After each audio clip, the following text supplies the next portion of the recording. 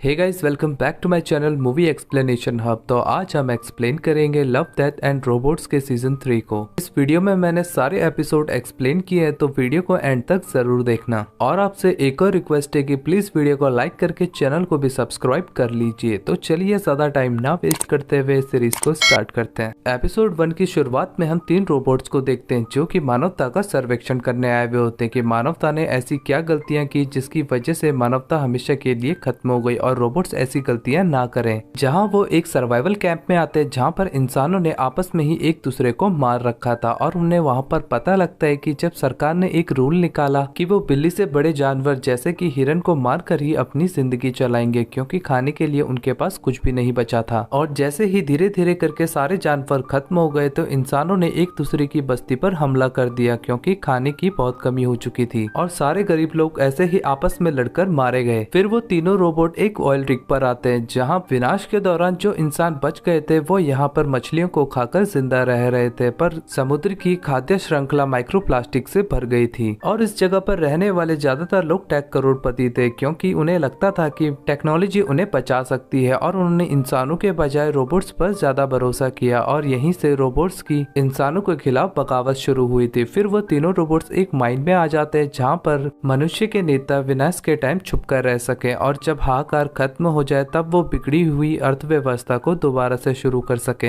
लेकिन वहाँ पर भी सब लोग मर चुके थे। उन्हें वहाँ पर एक रिपोर्ट मिलती है जिसके आधार पर उन्होंने जो खेती शुरू की थी वो एक फंगस के कारण खराब हो चुकी थी और उन्होंने एक कठोर लोकतंत्र अपनाया, यानी कि वो इंसानों को मारकर ही खाने लग गए थे। वहाँ पर चारों तरफ लाशों को देखकर रोबोट्स को यही लगता है कि क्या अब कोई भी इंसान जिंदा नहीं बचा। फिर वो तीनों रोबोट एक स्पेस एजेंसी में आते हैं जहाँ पर उन्हें पता लगता है कि जो बहुत ही ज्यादा अमीर इंसान थे उन्होंने मार्स पर जाकर जीवन को बिताने का सोचा, पर उन्हें बाकी के इंसानों की कोई फिक्र नहीं थी। वो चाहते तो अपनी इस प्लेनेट को ही यानी कि अर्थ को पहले जैसा बना सकते थे, पर उन्होंने अपने बच्चों के भविष्य के बदले लालच को चुना और उनके पास सारे उपकरण थे जिसकी वजह से वो अर्थ को दोबारा से पहले जैसा बना सकते थे, पर उन्होंने ऐसा नहीं किया। और तभी वो रोबोट्स देखते हैं कि उनमें से एक रॉकेट लॉन्च हुआ था और उन्हें काफी खुशी होती है कि चलो एक इंसान तो बच पाया। और एपिसोड के एंड में हम देखते हैं कि जो इंसान बच गया था वो दरअसल इंसान नहीं बल्कि एक बिल्ला था। एपिसोड 2 की शुरुआत में हम एक शिप को देखते हैं जहाँ पर एक क्रैब मॉन्स्टर आकर शिप पर मौजूद इंसानों पर हमला कर देता है और कैप्टन और उसके साथी को मारकर शिप में ही छुप जाता है। फिर हम टोरेन को देखते हैं जो कि अपना नया लीडर चुनने के लिए वोटिंग करता है और वोटिंग में एक तगड़ा इंसान जीत जाता है जो कि टोरेन को उस क्रैब मॉन्स्टर के पास भेज देता है। तब टोरेन जैसे ही उस क्रैब मॉन्स्टर के पास जाता है वो क्रैब मॉन्स्टर उस पर हमला करता है और उसे बताता है कि उसे एक फेडेन आइलैंड पर जाना है और उसे भूख लगी है, इसलिए उसे मांस भी खिलाओ। तब टोरेन उस क्रैब मॉन्स्टर के साथ एक सौदा कर लेता है कि वो उसे ना मारे और वो उसे फेडेन आइलैंड पर पहुंचा देगा और उसे कैप्टन के लॉकर की की भी चाहिए। तब वो क्रैब मॉन्स्टर वहां पर वॉमिटिंग कर लेता है और टोरेन उस की को लेकर ऊपर चला जाता है जहां वहां पर सभी लोग उससे पूछ रहे होते हैं कि तुम लोग नीचे क्या कर रहे थे और नीचे आखिर ऐसा क्या हुआ। तब टोरेन वहां से भागकर कैप्टन के रूम पे जाकर उसके लॉकर को खोलकर वहां से गन निकाल लेता है और उनसे कहता है कि उसने उस क्रैब मॉन्स्टर से बात की और वो फेडेन आइलैंड पर जाना चाहता है, यानी कि वो मॉन्स्टर वहां पर इंसानों को खत्म करके काफी हाहाकार भी मचा सकता है, पर उसको अभी भूख लगी है और हम इंसानों के अलावा उसे खिलाने के लिए यहाँ पर कुछ भी नहीं है और हम लोगों को साथ मिलकर फैसले लेने होंगे, ना कि सिर्फ एक ही इंसान फैसला ले। तब वहाँ पर मौजूद लोग जो लीडर बना था उसे पकड़कर उस क्रैब मॉन्स्टर के आगे फेंक देते हैं और वो क्रैब मॉन्स्टर उसे खा जाता है।